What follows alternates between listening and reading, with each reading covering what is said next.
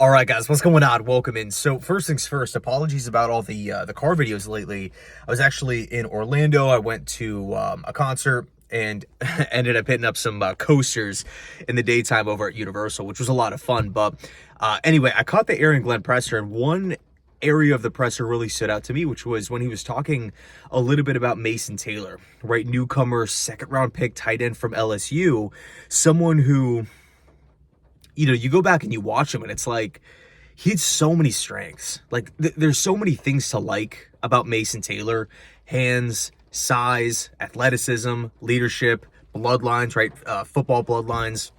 He's such a young guy. He's I believe he was either the youngest or one of the youngest players in the entire NFL draft. And then you're taking everything and you're mixing it all together. His size, his wingspan, his athleticism, production in the SEC, getting better every single year, becoming just a predominant role in that Tigers offense. Under Brian Kelly, I mean, obviously he was with Jaden Daniels the year prior. Mason Taylor, I'm really excited about this draft pick. I'm not calling him Kelsey or Kittle or Laporta or anything like that. But I do think, it's going to be really nice to have a tight end who we can rely.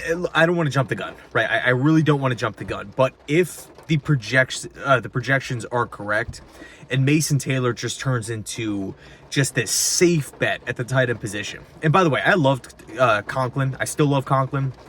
Thought he was a good player for us.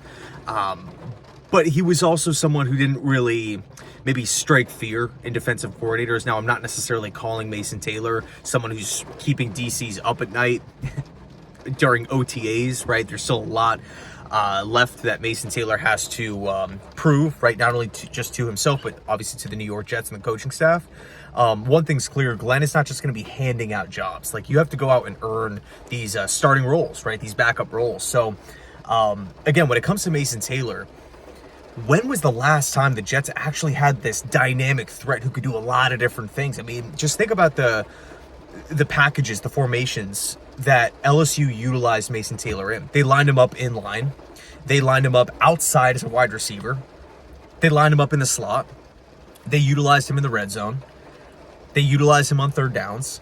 You always kind of felt like even though he's young, even though I would say, like when you're just looking at him, like Mason Taylor's now an NFL player. You take Mason Taylor and you compare him to the other 31 tight ends in football, he's probably considered one of, if not the youngest tight end out there, who is a little raw. But at the same time, regarded by, many draft insiders, McShay, Jeremiah, Kuiper, everybody, viewed Mason Taylor as a high floor prospect. I think whenever you're talking about a really, really young player with, again, a lot of strengths, the tape, the production, the size, the athleticism, the wingspan, all that stuff, mixed with that age, and at the same time having a pretty high floor, knowing what you're going to get, that's a recipe to me for, this guy can be a real building block. And again, look, it's June. It's the first week of June here. I don't want to hype him up. We haven't even seen him in pads. But the point of this video, Aaron Glenn was talking about him. And, everybody knows what this guy can do as a receiving type of tight end. In fact, for me, the pro comparison I think is actually really, really good is Mike Gesicki. Basing Mason Taylor's college tape, trying to project him into the pros. Glenn did talk about impact as a blocker. Glenn talked about body language. Glenn talked about how he was a hard worker. I mean, all that stuff is great, right? So, man, I cannot wait. I cannot wait for training camp. Obviously, minicamp is starting pretty soon here, but training camp, right?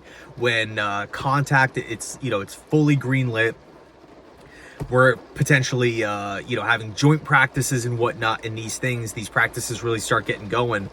I know there's not as much hype and expectations as the last 2 years with Aaron Rodgers, but man, I am just as excited, if not even more excited, just because of all the fresh faces. Like, I'm just so excited to see, culture change, and hopefully Mason Taylor is, a part of that here. So anyway, let me know your thoughts down below in the comment section on this. Again, I'll leave that Aaron Glenn press conference linked down below in the description box. And also too, it's the off season. It's the summertime. If you have a minute, I recommend just going back and just typing in Mason Taylor LSU highlights. Just kind of rewatching some of that stuff, it's just cool, right? It's just kind of cool to get that like last little refresher at such a dead period of the off season, and just kind of think to yourself like, okay, you know what? We're months removed from the draft. This is his high point. These are his high points.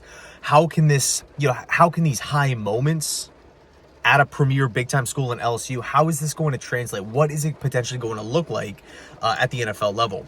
Now, Glenn did have some comments about Jeremy Ruckert as well, but I want to do a whole separate video on that. So anyway, let me know your thoughts down below. Thanks so much for watching. I appreciate you guys. And as always, go Jets.